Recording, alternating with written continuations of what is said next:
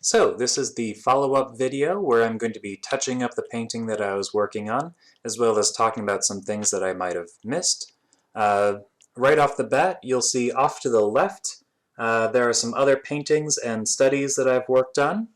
And let's talk briefly about the sort of setup for Photoshop. So over here on the right, I've got all my layers. Over on the left, there's my toolbar, but primarily I use hotkeys to switch between tools. We've got our brushes up here, and then our brush settings. I've got opacity, which you'll see change quite a bit. I'm not going to touch the mode too much. It works primarily like the layer styles do, but it works directly on the brush strokes rather than on a whole layer. So right off the bat, there's a bunch of sort of anatomy and structure things that I just wasn't seeing when I was working under pressure during the demo. So right off the bat, we're going to jump into Liquify. Things were a little hectic during setup for the demo. So right off the bat, I would say the forehead can come up. The eyes here look very small, so we're going to change the size and try to broaden these out. The cheekbones we can sort of soften a little bit, and there's way too much chin here, so we're going to bring the chin up quite a bit, bring the whole mouth up, bring the nose to the left a bit, sort of try and soften some of this. Yeah, I was having kind of a rough time working as people watched. Little performance anxiety. Whoa, that went a little crazy. That's the thing about using the Liquify tool. It can be a little fussy and finicky, and you kind of have to push things around but then adjust. So that's better.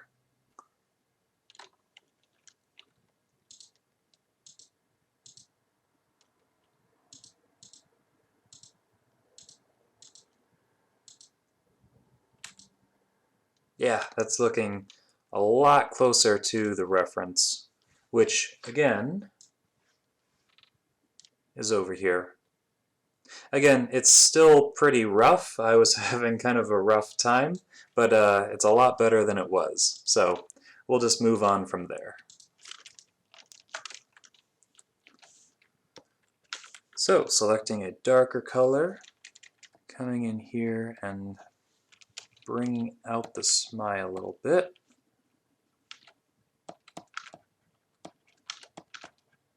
Again, I'm doing a lot of hotkeys, selecting colors using the eyedropper tool, then immediately switching back to the brush tool. My opacity is pretty high, so it's making some really strong marks. I'll probably want to bump that back down after I make some sort of big decisions. This can actually be pretty dark. I like that I got so dark with the cast shadows here, but I can actually soften it up a little bit.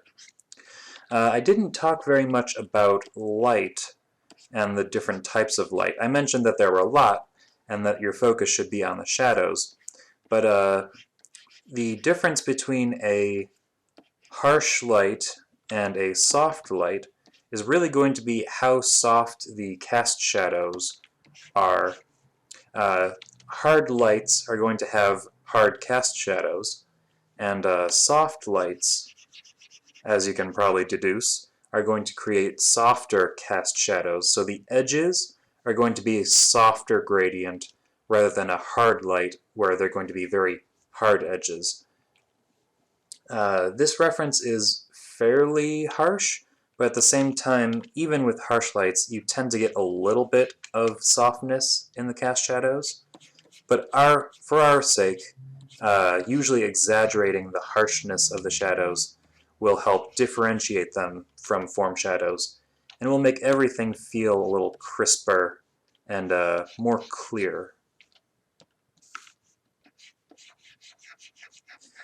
So again, like right here, we've got a crease where we have a strong change in angles, which is why I'm putting a brighter light there, as well as a form shadow as the neck kind of wraps around.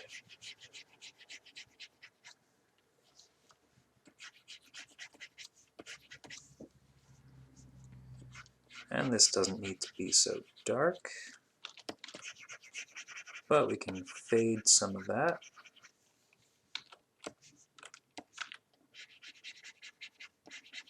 And we've got a very subtle kind of angle shift going on here, where you have some bits that are catching the light and some bits that are fading away into slight shadow.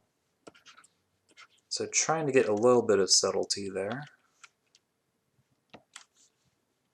And some of this should be in shadow because it's away from the light.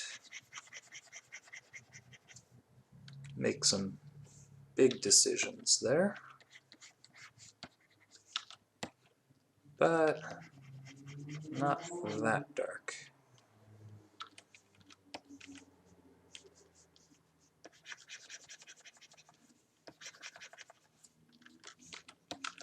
And soften up a little bit. Zooming in a little.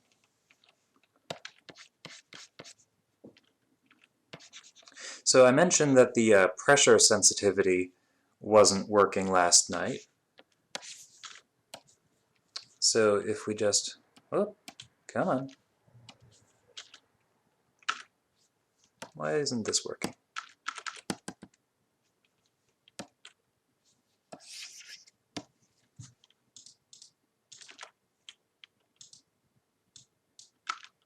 Oh.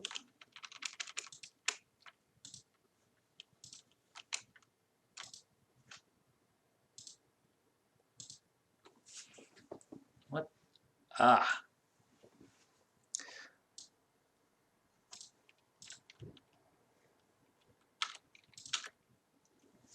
So I was mentioning the pressure sensitivity wasn't working last night.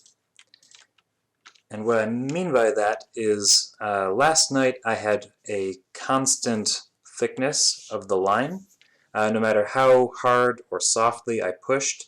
But with pressure sensitivity, you have a lot more control over how strong the line is, as well as how thick or thin. So that allows you a lot more control when you're painting compared to when you don't have pressure sensitivity. I also wanted to mention this little glove that I'm wearing. It's just to help your hand kind of glide over the screen. For a long time I didn't have one, but especially when it's summertime and it's hot and you're starting to sweat, having something to help your skin just kind of glide over the screen helps a lot.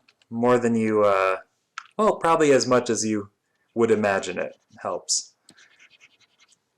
So if you're spending a lot of time working over your tablet, I actually highly recommend buying one. They're actually really cheap, so it's definitely something I would suggest you look into.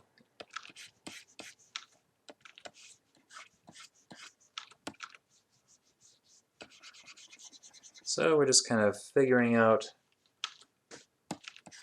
the cheek and the jawline.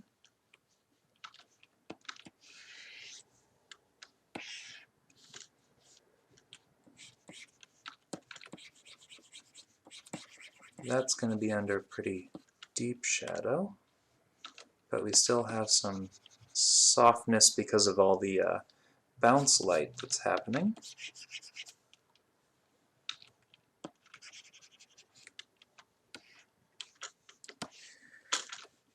Another question that often comes up is listening to music.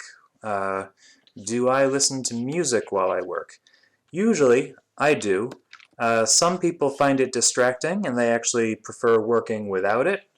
Uh, some artists pretty famously object to listening to music while they work. Uh, but I enjoy it. It helps sort of pass the time, and I usually listen to a playlist that I'm already familiar with, so it's not new music that would catch me by surprise. It's music that I've listened to hundreds of times, so it's not as distracting to me as some people might find it. But that's also just kind of personal preference. Over time, you'll figure out what things you're comfortable with and what things you're not, and that just comes with time and trying things out.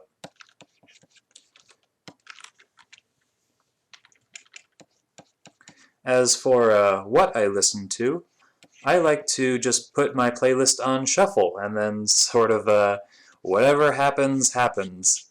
Uh, for me, it's a lot of fun, again, because I'm so familiar with all the things in my playlist. It's not a big deal for me to jump from one genre to another. Uh, whether it's rock music or electronic or classical or whatever, doesn't really matter to me.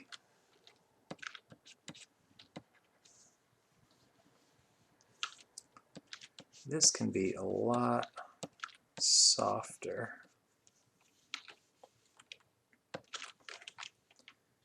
And again, these pupils can be quite a bit larger. The eyes in general can actually come out a bit.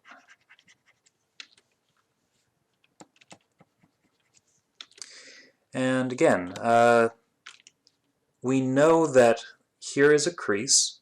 We've got a form shadow, and we know that the top of this lid actually has some thickness to it.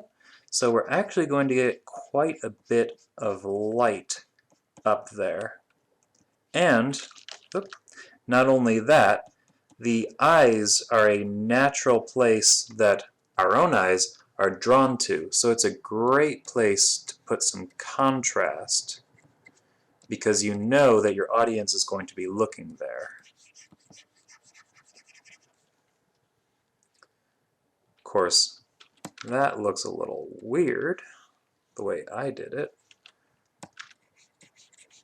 Got a little bit more of a bag and a little bit more form shadow. Whoop. Again, my opacity is really high, so I can dial that back, and that will allow me to build up more gradually.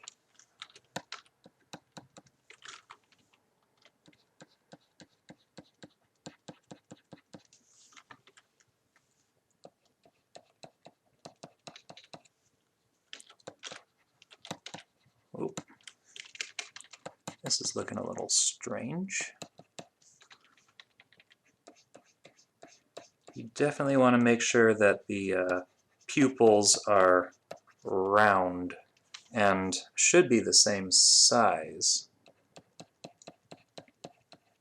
So that's what I'm kind of thinking about here.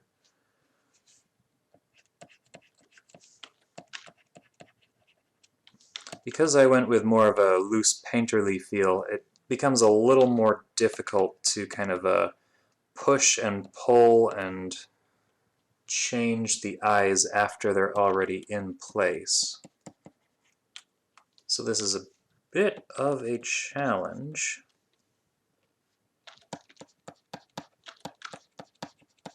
But there is definitely a reason why I did it this way to begin with, so I don't resent myself for doing it kind of the fast and loose way when I was under pressure. Not gonna hold it against myself.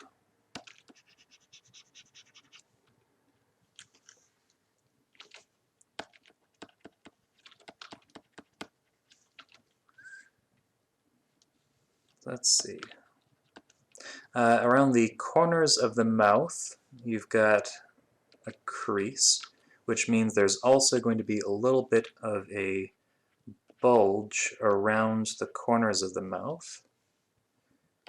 You can see I already have that kind of built in, which is good. You've got that crease above the lips and a cast shadow from the nose. I definitely want that cast shadow to show up clearly, so I'm going to darken that a bit.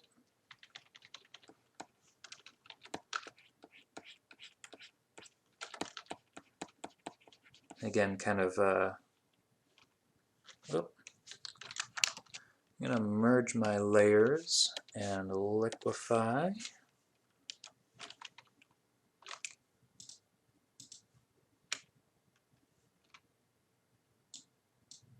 Nostril is way too far out. Far out! It's good to keep yourself entertained while you work. So that definitely needed to happen, but I need to push the upper lip up more, and I need to soften that nostril. So the nostril I'll just paint, because that's easy enough to just soften up. This lip, though, I like what I was doing, so I'm going to make a selection, copy it, new layer, paste it, and then I'm going to stretch it. Which again will copy the work I already did, but just stretch it up. Boop, boop, boop, boop. Which, yeah, I think is better.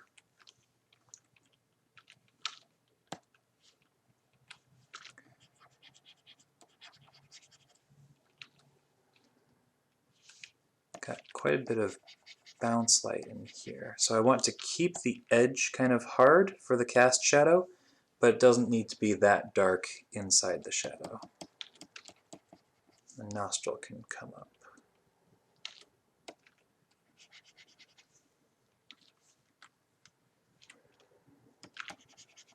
Doesn't need to be that dark.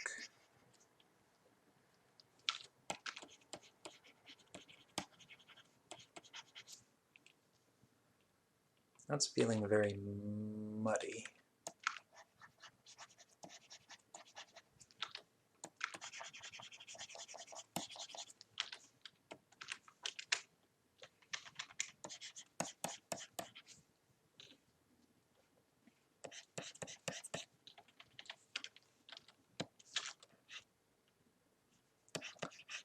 We've actually got more light coming over here than I was putting in before, which actually helps connect the different areas together. You don't want to focus too much on individual features without also trying to tie everything together.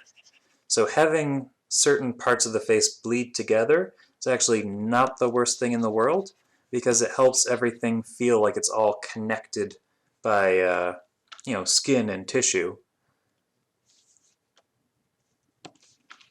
So don't be afraid to let things bleed over and connect a little bit, as long as you stay sort of in control and don't let it get too muddy. Muddy is bad, connected is good.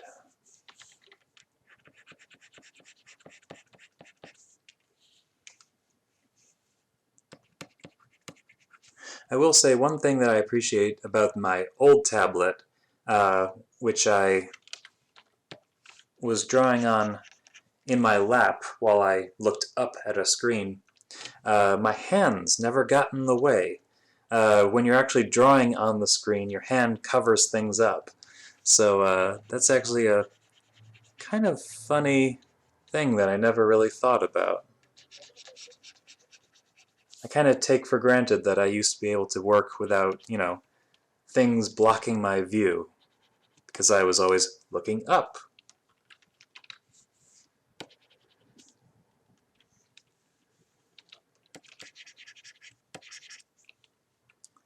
So we're just kind of going around.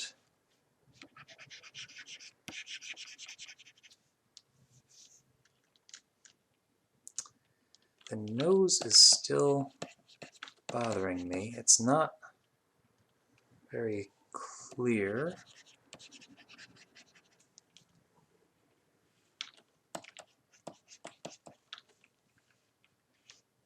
The nostrils still seem kind of wrong.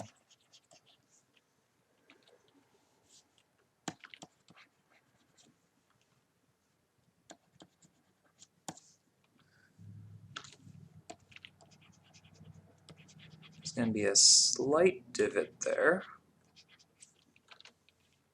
Maybe not that dramatic. And there's a little bit of highlights. Because we know this plane here, this plane is actually jutting out, it's going to catch the light. So we know that this is going to be a pretty bright area. And again, you've got that skin that kind of comes out around the corner of the mouth. He's also going to have a little bit of highlight that catches that upper lip.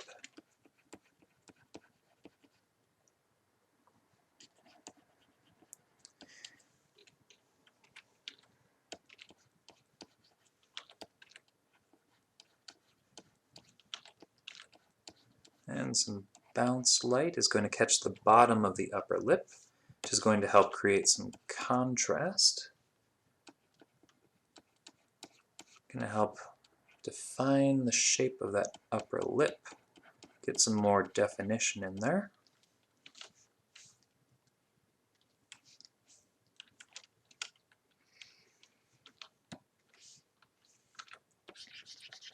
Oop.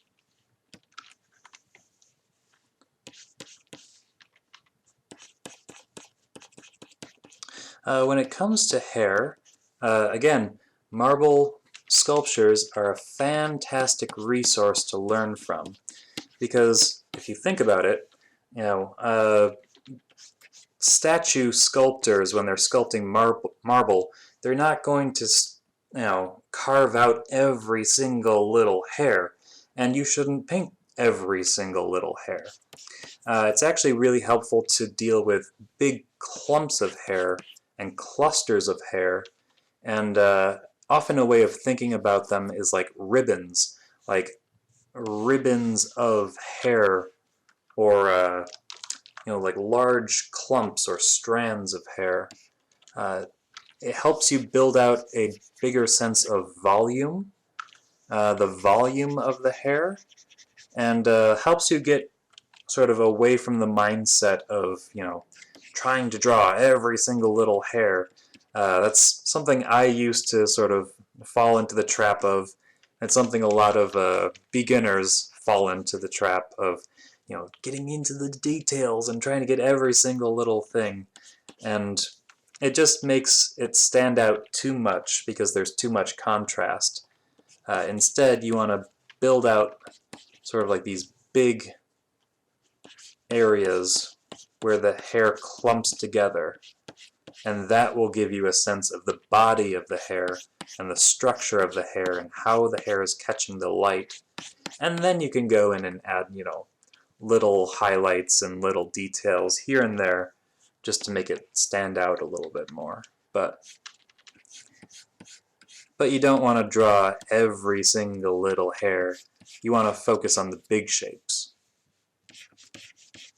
And that will save both time and will also make the whole thing look better.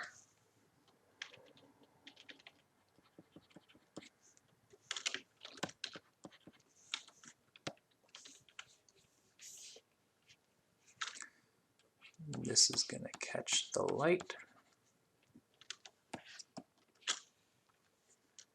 And actually the top of the lid here is an area of high contrast. But we want a bit of form shadow there.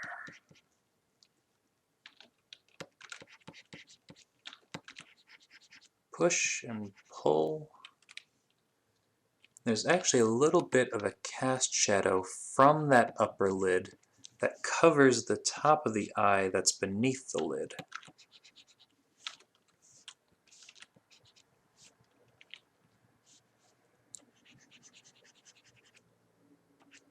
So there's actually going to be a bit of a cast shadow there.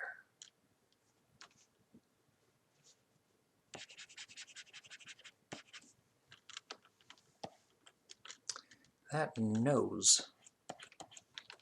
It knows no bounds.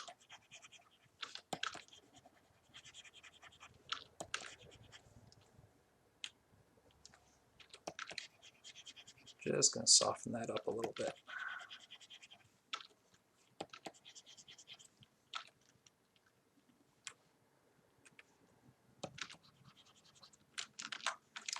Need to lower opacity, bigger brush, cast shadow. That all needs to feel like one big shadow rather than disjointed parts. It's going to be a form shadow that happens in there.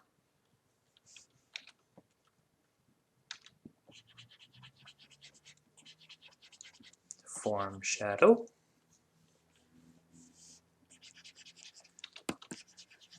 And again, just sort of bringing up the shadows to help connect everything. This is all connected shapes.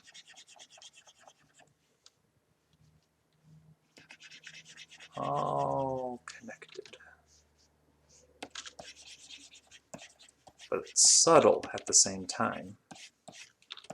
So it's all in shadow, but there's very subtle connective highlights that our eyes will pick up on but won't really actively think about.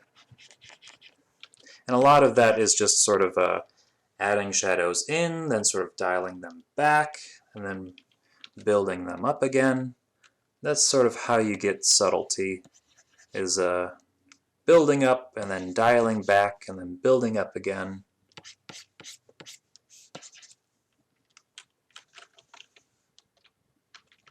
Subtlety is hard to get fast. You have to kind of take your time,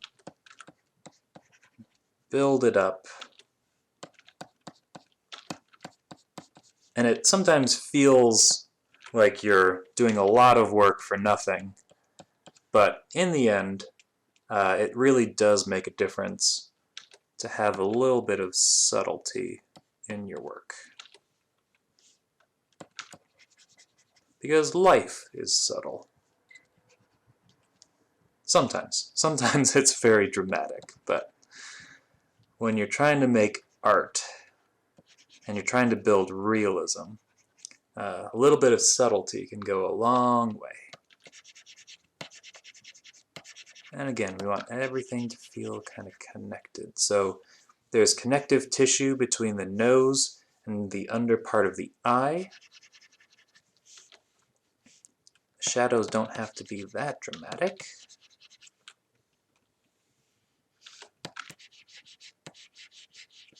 So we can paint out some of those shadows. But I'm seeing too much of my brush strokes, and that's distracting. So we want to kind of muddy the waters a little bit. Let the natural texture of this brush sort of help tie some things together in a more subtle way.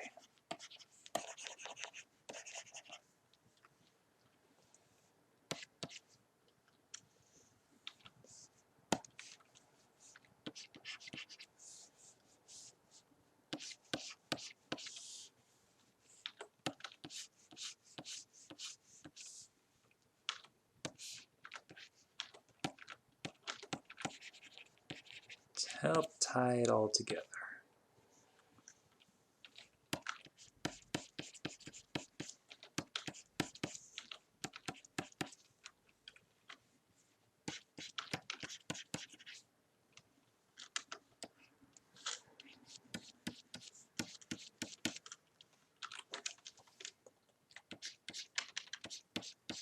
And again, once you start building up the big forms, then you can start going in at little details. And they don't even have to be that detailed. You can just sort of imply detail around, and our eyes will naturally fill in the rest. So we can just throw in some lines. Doesn't really matter. It's hair. It's messy. And people will just fill in the rest.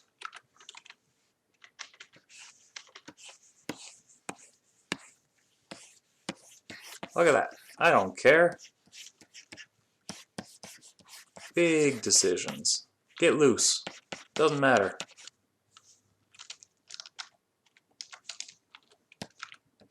Then build some of that back in for variety. Boop, boop, boop. Boop, boop, boop.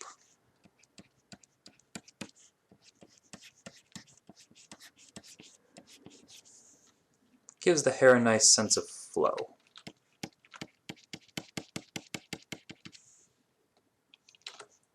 But we've got high contrast here and none over here. So we want to build up some of those dark areas so that it doesn't feel so lopsided. So we want to feel a certain sense of balance.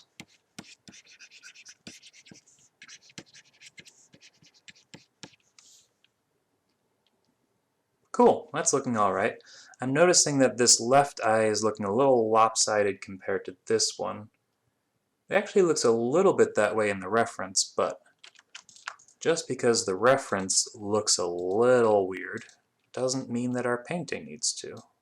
So let's try just kind of bumping this up, maybe bumping that up a little bit, and that nose. Just nudging the nose. Maybe nudge the lips a little bit.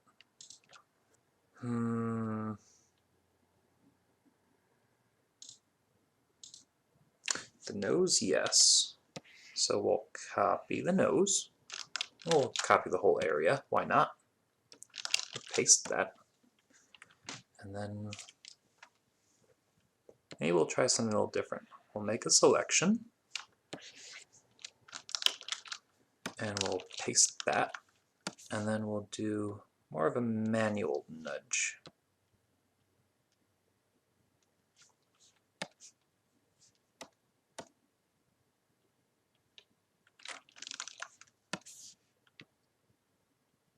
Yeep. Yeah, I think that looks better. And it feels better. So I need to build out the eye a little bit more over there.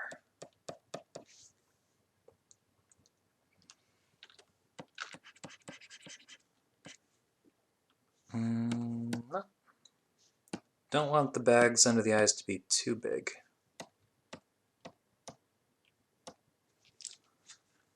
So, again, part of what's great about snapshots is you can see how much you've progressed. So, at the very end of the demo yesterday, we were here.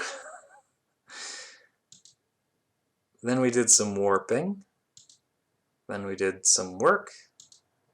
And here we are with something that feels a lot better, a lot more polished. I would say the values still feel a little all over the place. You've got some areas of high contrast, which are nice, but still feeling a little just kind of scattershot. So I'm going to play around a little bit. Maybe lighten some of that, darken it overall. And that will make everything feel a little more muted, which will then allow me to build up. Bring it down even more. So now that everything's kind of dialed back a bit, actually, I'm going to bring out the darks a little bit too. So now, if we break out some highlights,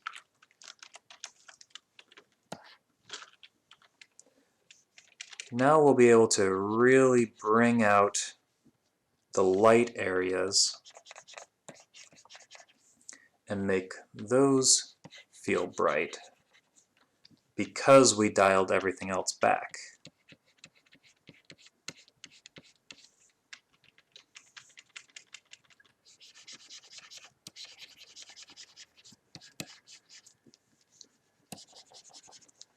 Sometimes it's easy to go a little overboard when you're breaking out the highlights.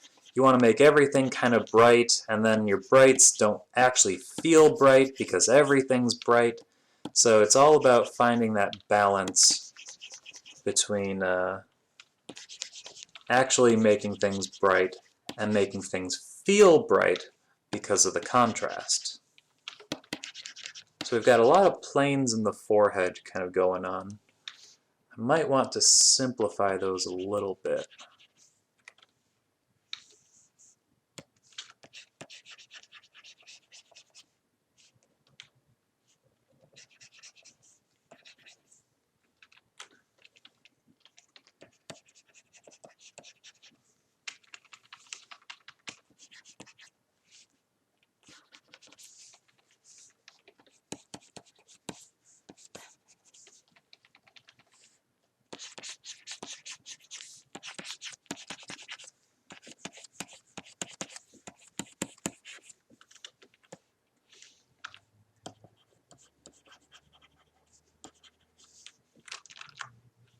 Don't want to overdo it. Want to keep it still a little bit subtle.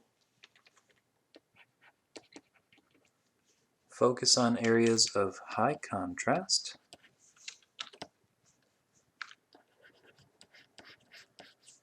Sneak some form shadows in there.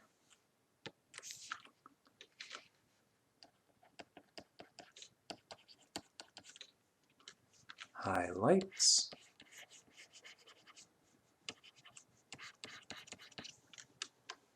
Highlights.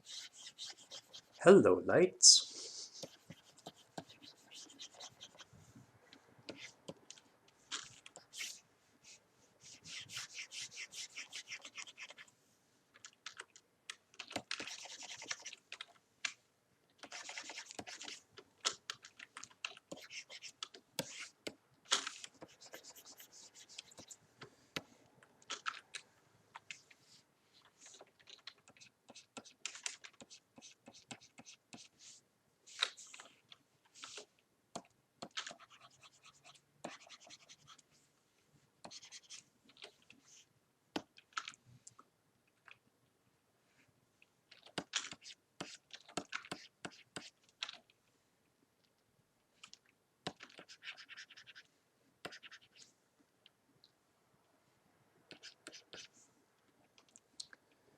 So I'm just trying to kind of refine this and bring out some of the big forms that I know are there because I can see them through the lighting.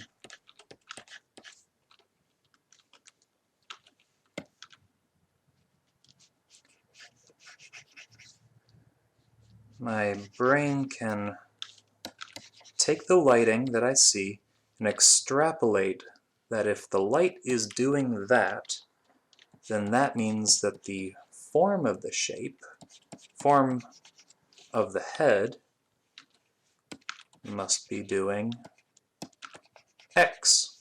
You know, it's curving out, it's curving in, it's forming a crease. And once you can understand what that form is doing through space, then you can understand how your own drawing should take that information and build on it.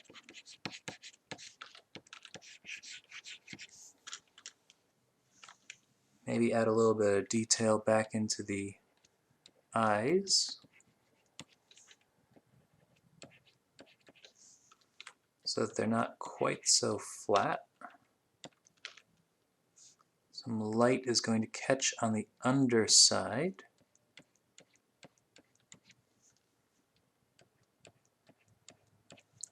Because in case you didn't actually know, eyeballs are not perfectly round. An eyeball, if you're looking to the left, you've got a fleshy bit that actually comes out, and then your pupil actually caves inward. So if the light is pointing down, you'll actually catch a bit of light on this sort of curvature divot. The top part that's actually towards the light will actually be in shadow because it's a cave, it's going in, so the light is going to hit all the stuff down here, and all the bits up there are going to be in shadow, and the bottom side is going to catch the light. You see that in a lot of cartoons with exaggerated eyes. The underside will often be catching the light, and the top part will be in shadow. So that's something we can utilize here as well.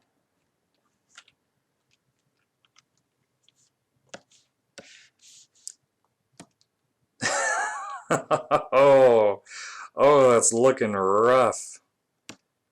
And a whole lot better. So that makes me feel better, just being able to revisit and see the difference. It's great for morale.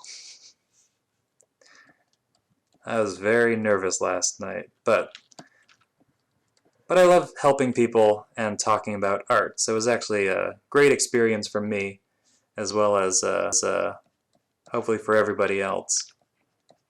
It was fun. And I actually want to do more demos and more talks in the future. I love helping people, and I really enjoy talking about art and light and painting, so I'd like to do more. I think I'm gonna wrap this up. Again, not what I would consider like my best work, but you know, considering I'm touching up something that was done last night and was a little haphazard, you know, not bad.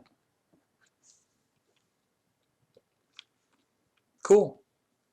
Man, just having something to spice up a pure black background will be nice. Clean that up a bit. Clean up the ear a little bit. And I mentioned during the demo, something that's nice towards the end is messing around with like the color balance. Maybe we add a little bit of yellows and greens to the light. Maybe some reds and blues to the background. You know, something pretty subtle, but just something that helps the eye, just makes it a little more lively so it's not pure grayscale. It still kind of feels like grayscale, but real grayscale, I think, tends to look almost greenish. So just having a little bit of warmth just kind of livens things up a little bit. If you have any questions, feel free to email me or Facebook or whatever is comfortable. I'm happy to help, so feel free to drop any questions, and I'll see you around. Thanks for watching.